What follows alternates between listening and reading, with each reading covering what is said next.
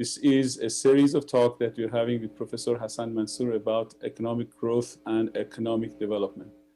In the last 4 programs, we covered the general introduction about what economic growth and what economic developments are, and what's the relationship between the two, and whether they are desirable, and how it has happened in other countries in the world. In this program, we are going to dedicate ourselves specifically to the model of socioeconomic development for Iran. And we are having a world expert on the economy of Iran, Professor Mansour, to help us to understand all these issues about this model. Professor Mansour, welcome to the show. Thank you very much, Professor Kangaroo. I'm happy to be with you. We're very happy to have you. Could you first give us a brief and concise definition of the problematics of what we're going to be talking about? Well, so far, Professor Kangaroo, we've been talking about in 4 episodes about the question of growth and economics. Why are we dealing with this question?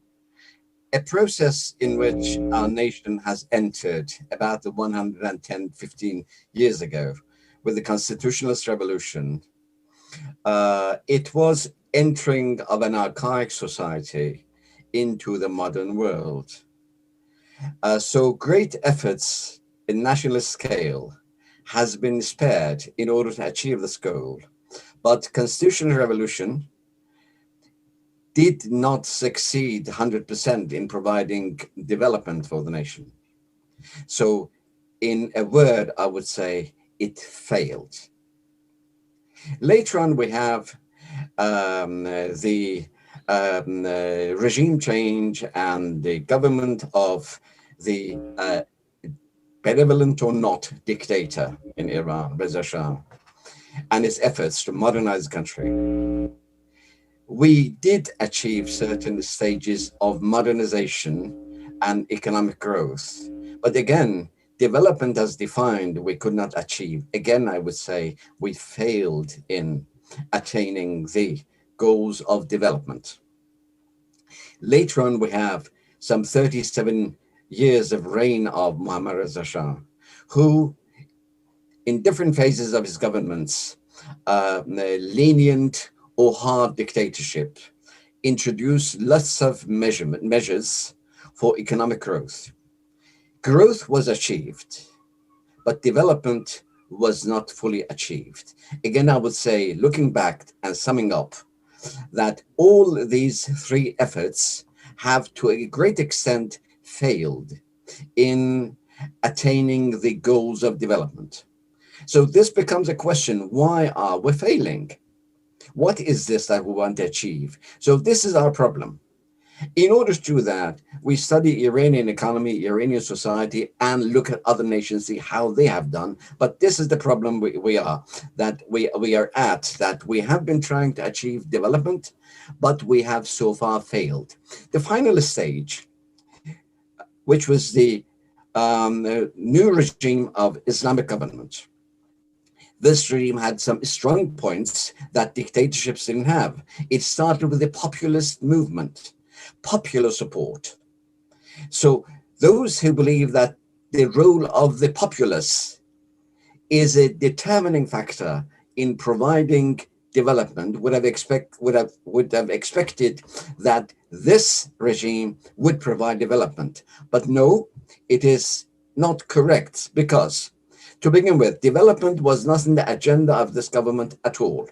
They didn't want to. But what they wanted to was the growth. They wanted to have economic growth, because no government, being democratic or dictatorial, they don't want to be poor, they want to be rich. So this is the growth part. They wanted to achieve growth, but not development, which requires democracy, freedom, and elevation of culture, all right? But did they achieve even growth, which is the preliminary part of development? The answer is no, because you look at these 42 years, the national per capita income of every Iranian now is less than 2/3 of the year revolution took place. So they even failed in providing growth. This is our problem that we're facing. So let me unpack this in the layman's language.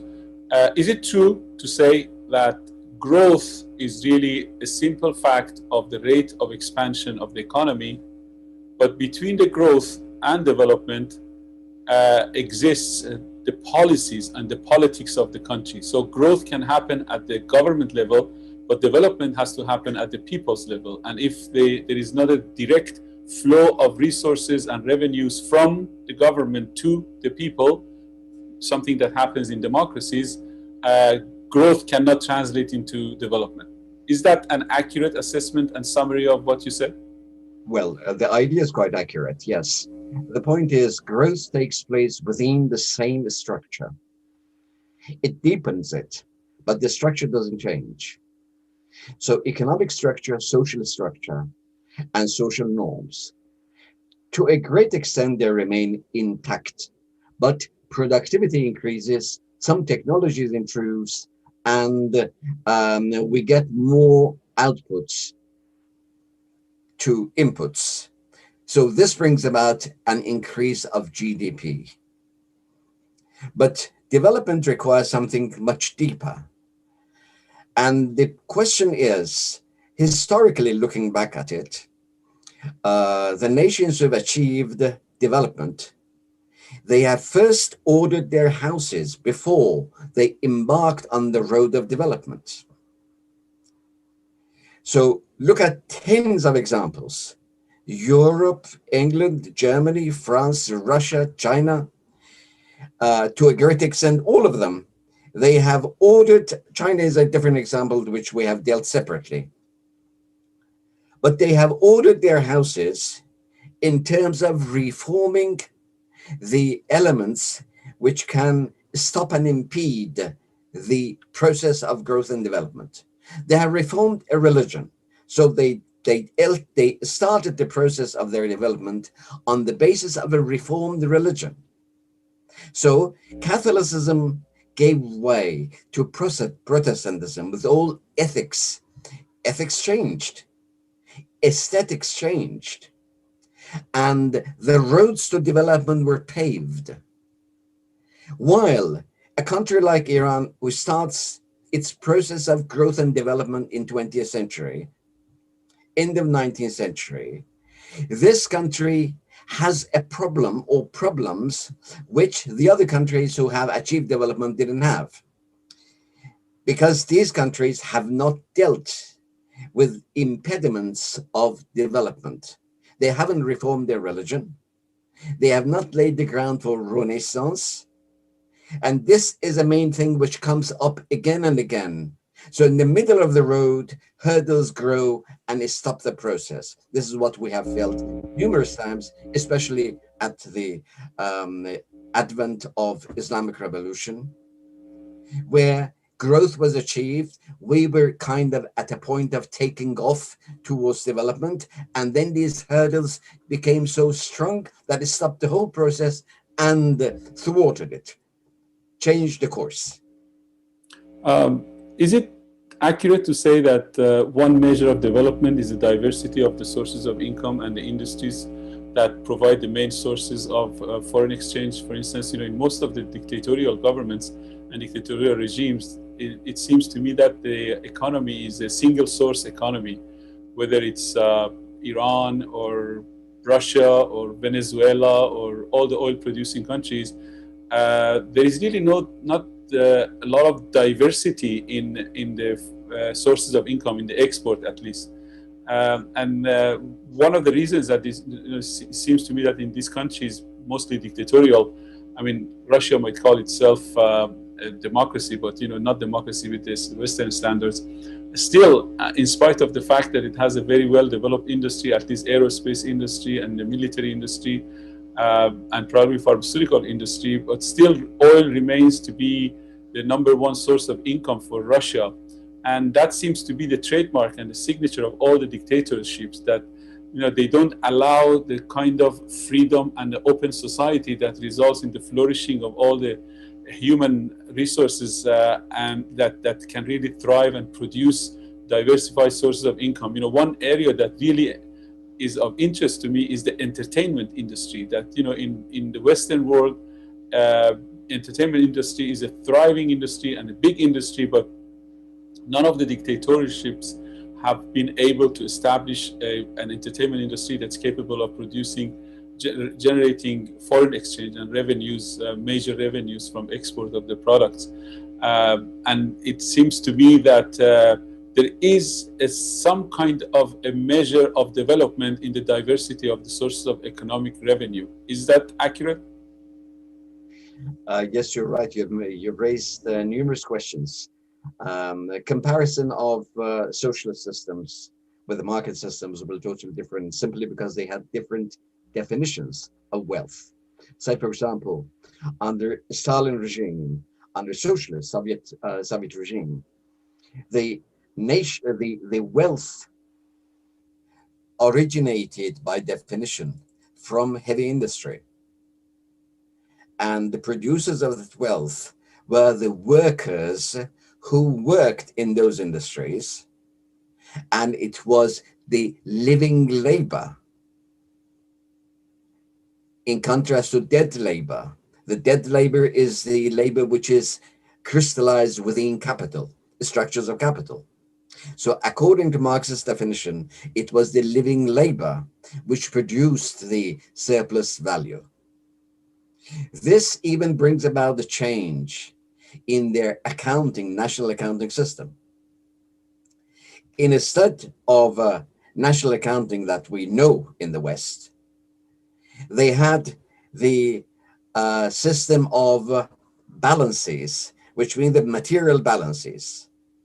This means ingredients of inputs should be in harmony with each other. Once we produce something, we know that to produce a car, we need this percentage of this, that percentage of that. So we need to only care for the harmony of these elements in order to have economic equilibrium.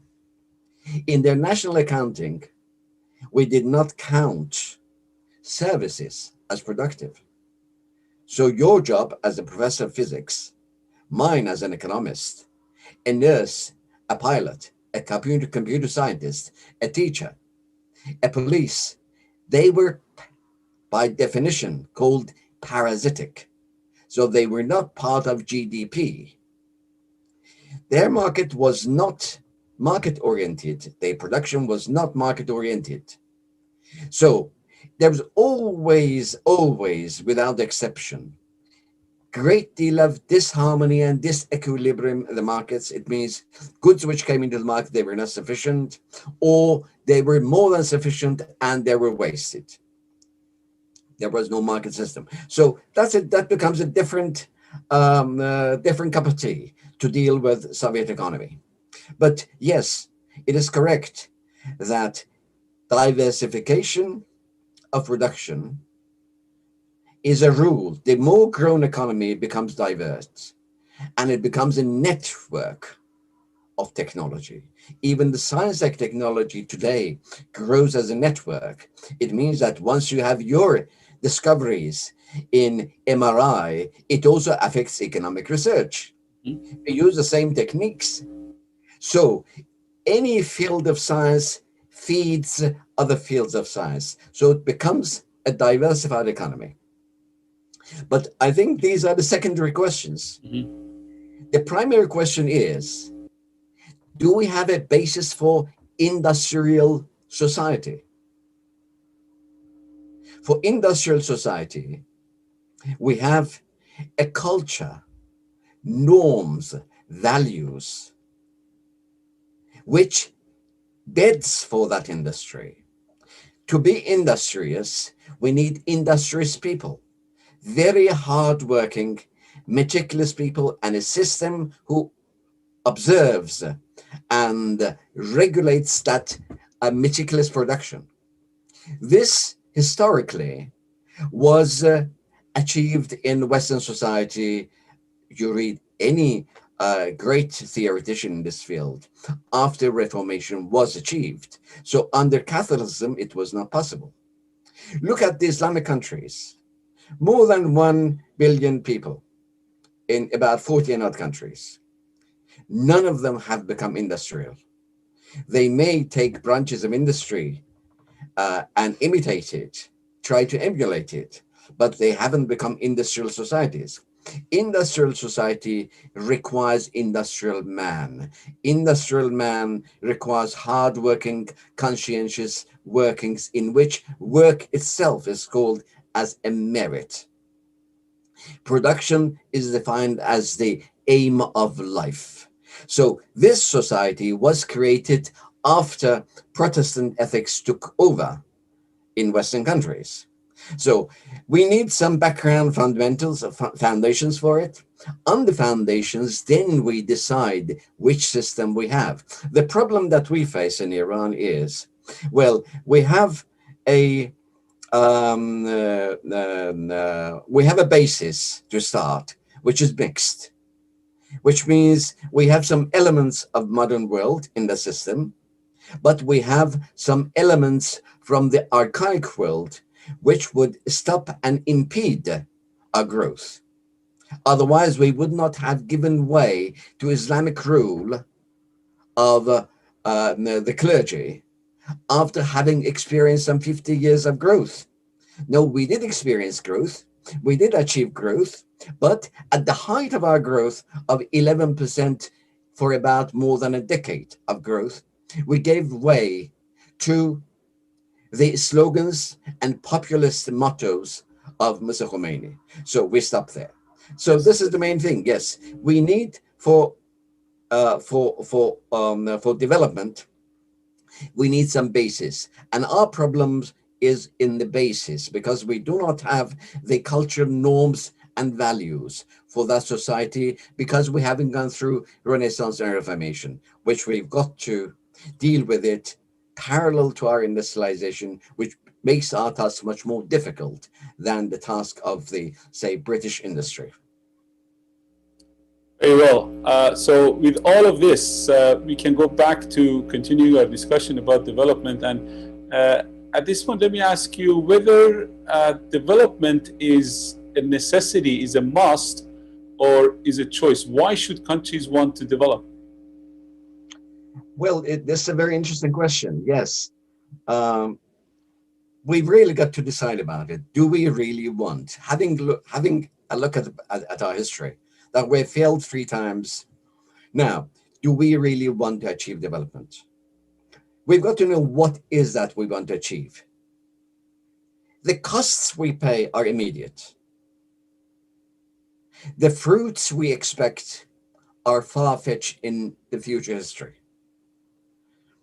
It's an epic task to start because we've got to know what the process involves. Once we start the process of development, we are starting to deconfigure our social structure.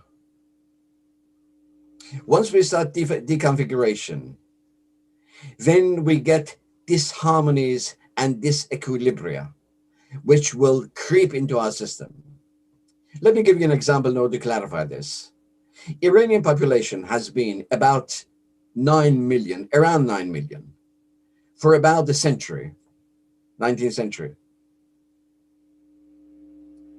This stability was there. In periods, of course, famines and so on, that reduced again, became about 7, 8, 9 million. So by the end of the century, we had 9 million population. Birth rate was very high, about 5%. Death rate was very high, about 5%. So death rates will offset birth rates and the population will remain stable. The very first phases of reform starts with introduction of simple medication like DDC. Once we introduce in society, then the rate of children dying of dysentery goes down. Once death rate falls, birth rate doesn't fall. Birth rate continues. In about 40 years, population grows 15 million. From 9 million, 15 million. But does the food production grow at the same rate? No. Production doesn't grow at the same rate. Then we may get hunger. in society, starvation in society, simply because we have introduced DDT as a medication and we have reduced the death rate. So in the beginning, we have a harmony between different elements, but these different elements in society have different rates and speeds. We start changing education and bringing about new generations of people, of workers, of technicians. In the meantime, social norms, social ethics, social morality, religion do not change with the same speed. Once your children grow and they become kind of modernized in modern schools, your religious leaders do not grow. So they say that these schools are anti-religious and they make a revolt against it. This is what we have experienced in our history.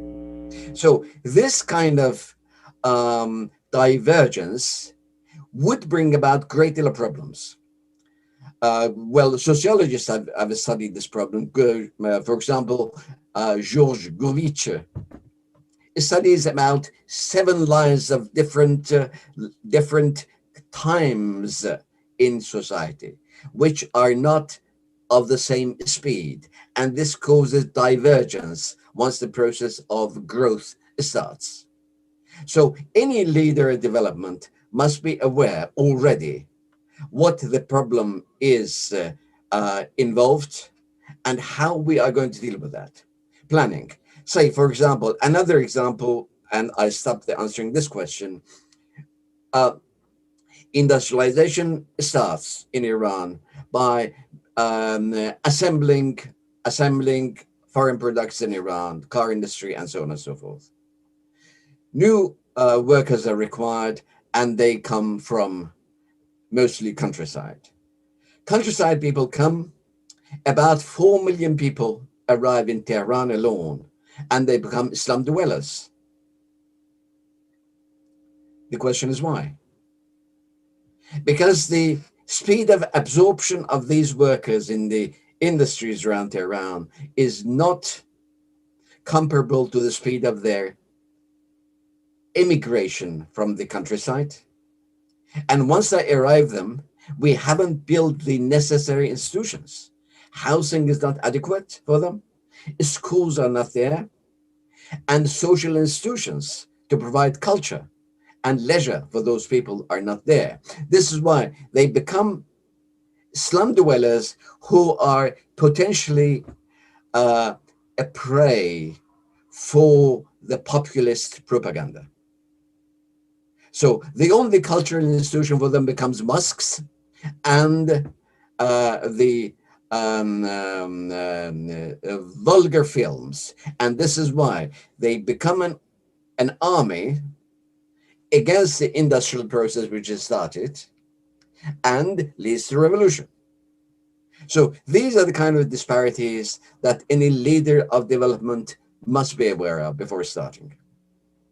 And some of the development that happened during the latter part of the Mohammad Reza Shah's reign in Iran, specifically what happened in the context of the White Revolution, the land reform, and the contribution partnership between the workers and in the interests and the profits of the factories and so on and so forth. There were so many different elements, 6 or 7 different elements in the White Revolution. But one specific one which seemed to have caused a lot of outcry from the religious community was the emancipation of women and the women's suffrage, women's right to vote. So is this one of those cases where development comes into clash with the cultural norms and the religious norms of society, and eventually the economic development gets arrested because of the consequence of its development and its conflict with religion and the culture of society? Exactly, you're quite right. Yes, process of growth, not even talking about development, process of growth requires modern schools, colleges of technology, students, teachers, modern teaching, and relations, of course, with modern centers in the world So we get new generations of schools. These new generation of schools who come from both Tehran and from other cities in Iran, they settle in Tehran. They form their own families. Once they form their families, they are not within the extended family. They become a nucleus family, a husband, wife, and children. So they develop a different norm with dealing with each other. So the status of man and women, they change. They, in the eyes of society, even gradually starts to change. Women acquire some liberty to move, to drive their cars, to go to their work and come back and be equally respected. Then comes the necessity for the law to recognize it. Then equality of women, the right for women's suffrage, that is ratified. And here, the norms of society revolts. And in the forefront of this revolt, you have the clergy of a non-reformed religion. So reformed religion, which is already tamed in the West, it does not provide any problem. But in these countries, in any, look at Iran, look at a stronger degree of resistance, you look at Pakistan. Anything modern, anything new will be acted against very strongly by the Pakistani clergy. And they would look at the writers of Pakistan, look at professors of Pakistan, look at what's happening in the country. So look at madrasa system, which is built in the country and already takes tens of millions of children under its custody. And look at what they teach in madrasa systems in Pakistan. So this is a real danger. This brings us to another very sensitive question. Is Pakistan a democracy? Yes, it is. Democracy in the narrow sense of the word is elections. They have elections. They do elect their leaders. But in case you have a republic or monarchy, doesn't matter, on the context of an unreformed society, you do not lead to development. So the primary thing to do is to deal with that foundation. That's to bring about reform. So it should be one of the tasks parallel to the process of development, which of course, look at what happened Benazir Bhutto, or even her father, Bhutto, Zulfikar Ali Bhutto.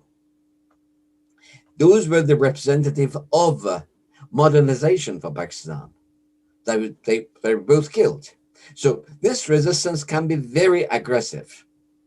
So dealing with development in the context of an archaic culture has its own complications, which England or France or Russia did not face in their process of development. Very well. So we talked about a little bit. We talked about the prerequisites of development and some measures of development, and we kind of alluded into the diversified economy as one of the standards for development, perhaps emancipation of women as another source, and probably democracy. But what do you consider to be the prerequisites of development?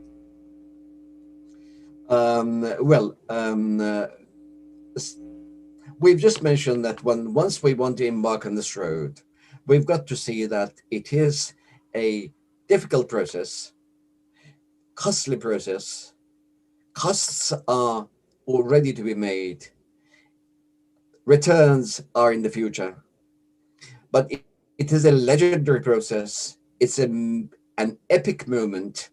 Once we decide that, yes, we want to go that road, because otherwise, if we don't want to go, it means that we are going to be one of the forgotten species in history. And is it a choice? No, we are going to be subjected to history. We're not going to be the actors of history. So there is no way. It is not an option. Yes, in the world that we're living in, to become modernized and reformed is not a choice. We have to do it. But in order to do that, we need to begin with to be determined that we know what the road is, we want to achieve it. Secondly, what do we need? I will only mention the titles. On each of these titles, of course, books can be written with no exaggeration. Once we decide on the road of development, the first question is that we need to provide the necessary institutions for it. And the first institution is a modern and clean state who is determined to provide for growth and development. So without a strong will from a government who's clean, it means not a corrupt government. A government who's clean and determined to provide growth. That's the first prerequisite for achieving development. The second would be an absolute separation between the religion, especially if the religion is not reformed, and the state.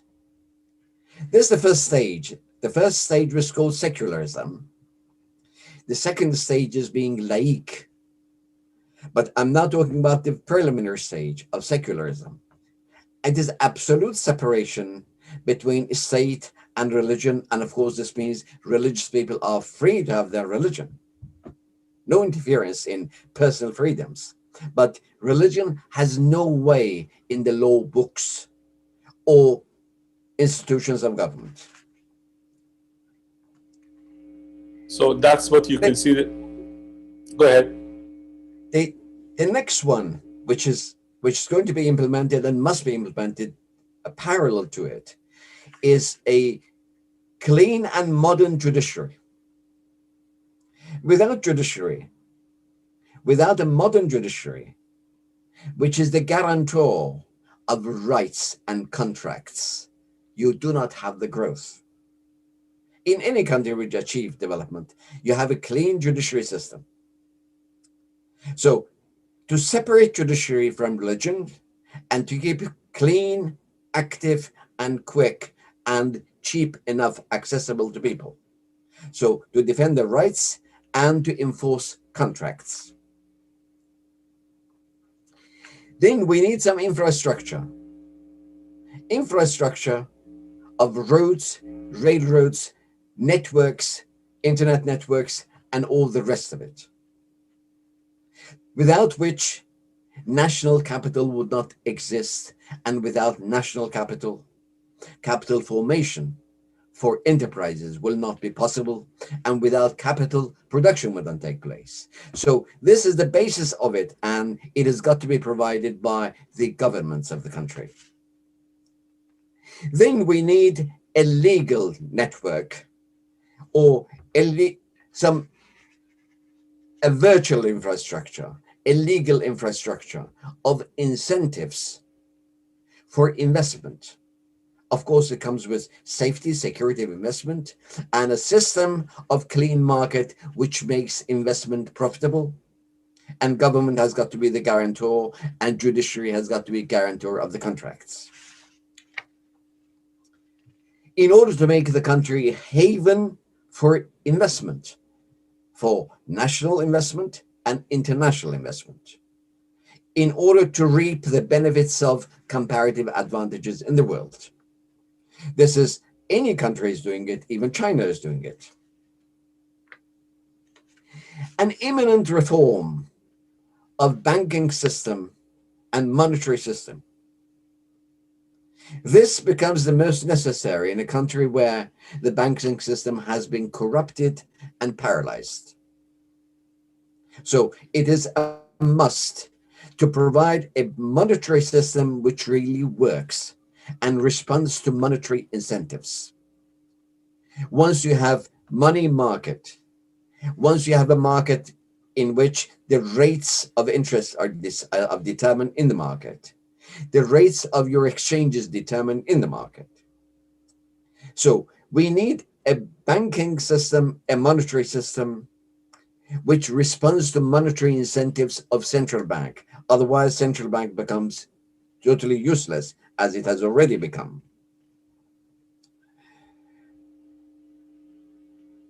Parallel to all this, reform of educational system.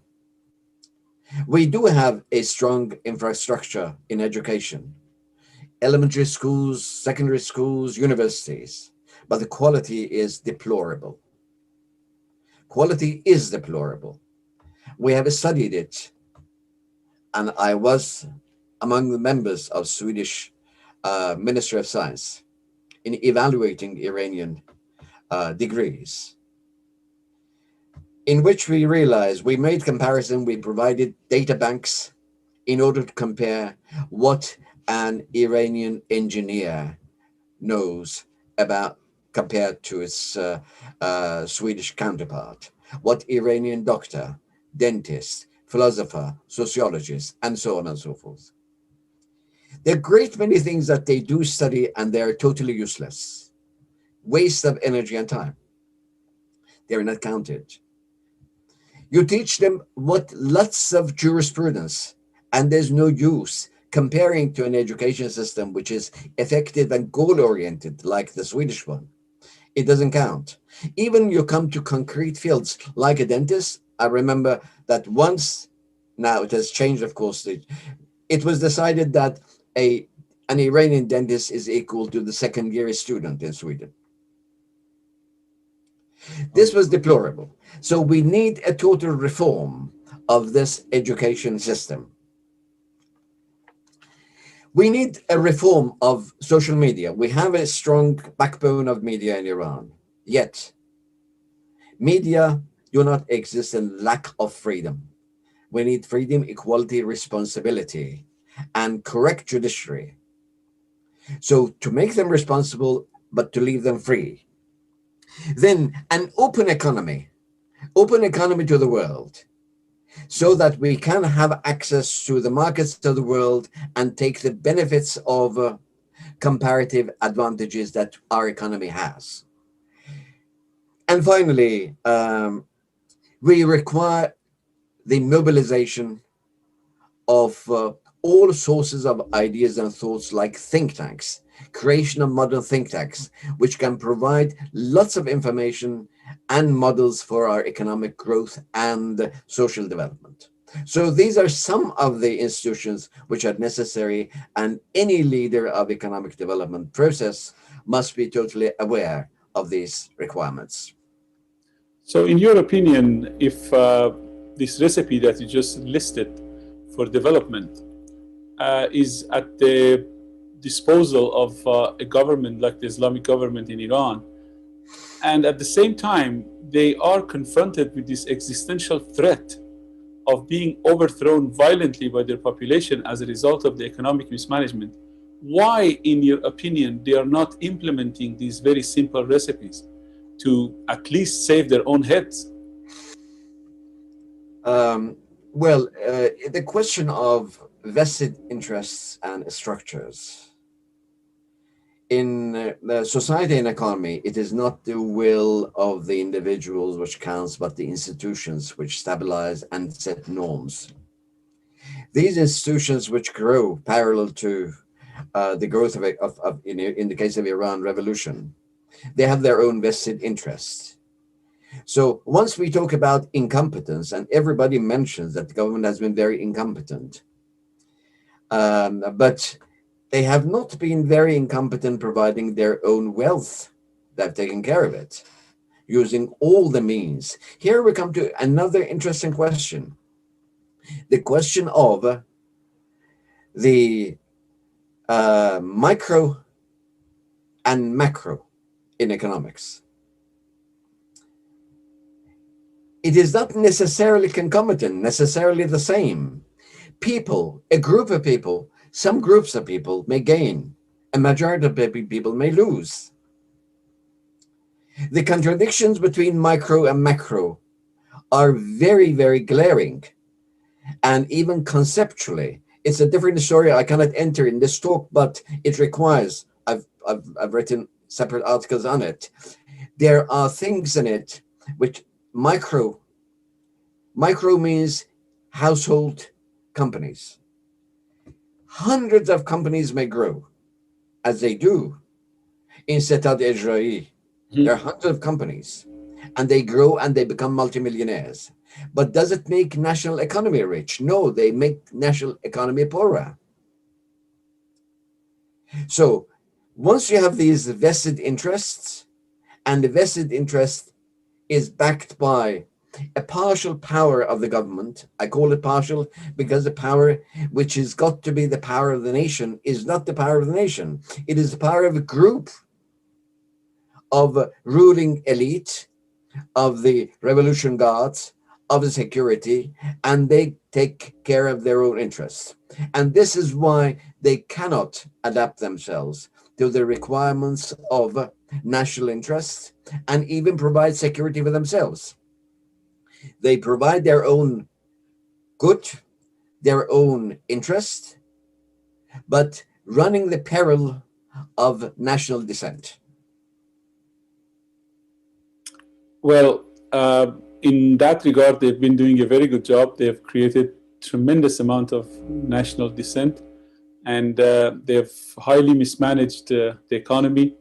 And considering that, you know, an ideological government like the Islamic Republic considers its military might, or at least developing some military muscles, to fence off their foreign competition, specifically the kind of competition they have established in the region with Saudi Arabia and Israel and recently Turkey, you know, to really face off this massive amount of disenchantment and dissatisfaction that they've created in the region, they must develop some kind of a domestic military technology, and they have invested immensely in nuclear enrichment. And you know, there are different estimations as to how much the government has invested in the nuclear enrichment, anywhere from $500 billion to $1,000 billion of investment over the last 20 years. This amount of money could really be spent on the infrastructure to really flourish the economy and reduce the tension between the regime and the people, that will really kind of stabilize the government and prevent its demise. But apparently the ideology, you know, governments, even the governments as corrupt as the Islamic Republic, as you mentioned, you know, that all these other institutions, all the government officials are really pursuing their own personal interests. And in pursuing that, they really leave a vast majority of the populace out in the cold. And that has created a lot of dissatisfaction. But they seem to be completely in oblivion about this fact. And they keep on pushing for their own military might, development of the domestic military resources and military industry, and the arming and the financing and the training of all their cronies and the proxies in the region. And Iran continues becoming more and more and more impoverished. And I mean, while this regime is heading for the cliff, I mean, I'm still in awe. How come they don't see that if they develop some models of economic development that you're advising here, they could, you know, as I said, they could really save their own future, at least the future of the families that they have to exist and they have to live in that country. But apparently the drive and the zeal for the ideology and the pursuit of whatever their ideals are have made them completely blind to the simple economy that you're presenting here. Well, in the case of Islamic Republic, I think this is a question of the definitions, very first definitions from its constitution. Do we have a country? According to the constitution, no. Islam doesn't have a country. Islam belongs to the whole world. So where's our country? Our country is wherever Muslims are. Is there a nation? No. If you don't have a nation, you don't have national interest. So where goes our priorities? Priorities is taking care of any Muslim faction which supports us, even non-Muslim factions which supports our cause.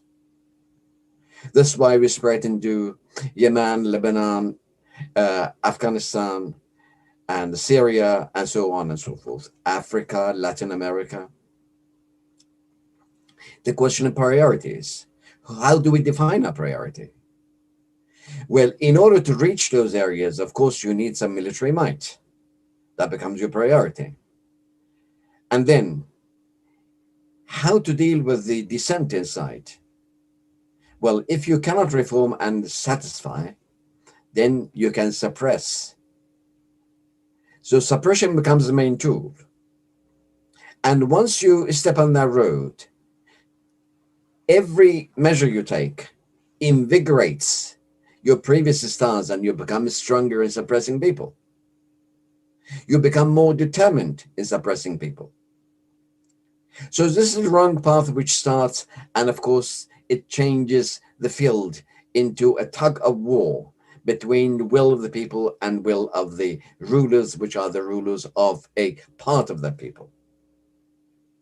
This takes us to the realm of political science. But economically, we talk about national economy. We talk about national growth, national development. What is national? And indeed, the world doesn't allow you to become non-national and go beyond, go to communities. This is why the Islamic Republic is confronted with so great resistance in the world and so many sanctions. Because at least on the ground of Westphalia treaties, we have definition of nations and countries. You cannot go beyond it. And if you go beyond it, you cannot expect others to respect your territory and your boundaries. This is something which has been distorted by the Constitution of Islamic Republic. But anyway, there is a big and great nation to be taken care of. And if they cannot meet, of course, they're going to be responsible for the same nation, which may lead us to an unfortunate confrontation. But so far, all the resources you mentioned, look at the current situation of economy in Iran. About 60 million out of 83 million people are in need of food help, which means that they are below the poverty line. How can one explain in a country, in a resourceful, resource-rich country, with intelligent and young working people, how can you justify this? This is only justified when you look at it, look at the ideology by which the regime is working. You can explain according to those tenets of the ideology, you can explain. Your first priority goes to Palestine, even if Palestine itself doesn't want that kind of liberation that you want. This is the dichotomy, this is the contrast that we have between a regime and the realities of economy and politics in a country. Thank you very much for a very lucid explanation of these very fundamental issues and the issues that our country and our society and our people are wrestling with. And we're hoping that, with the clarifications that you're making, at least the people, it can raise the demand of the people and the government officials in order to cause some kind of a unity and through understanding and through education of economy and the economic principles, with the unique aspect of Iranian economy and how Iran can really find its way through the families of nations to ultimate freedom and a democratic and open society. Unfortunately, we've come to the end of this episode and we have to leave it off there. And although I have a lot more questions that remains to be discussed in our next episode of Lucid Horizon. And with that, I thank you very much once again for agreeing to participate and give your time to us generously. And I hope to see you in our next episode. Thank you very much indeed. It's always a pleasure to be with you. Thank you, Professor Kangaroo. Thank you.